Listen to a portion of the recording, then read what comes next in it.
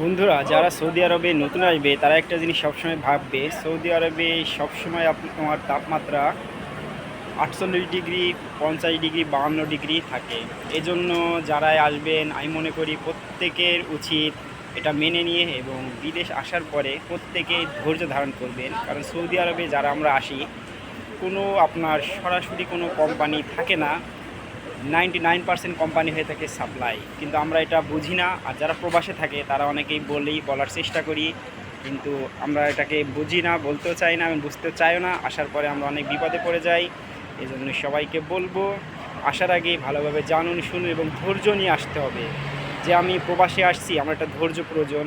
আপনি সৌদি আরবে যদি এখন আসেন, বর্তমানে আপনাকে সেটেল হতে, কাজ পেতে 2 মাস ওয়েট করার পরে আপনি একটা ভালো কাজ পেতে পারেন। এজন্য ধৈর্য এবং আপনাকে সাহসী হতে হবে এবং যে কোনো কাজে পারদর্শী হতে হবে। তারপরে আমরা সৌদি আসার জন্য চেষ্টা করব।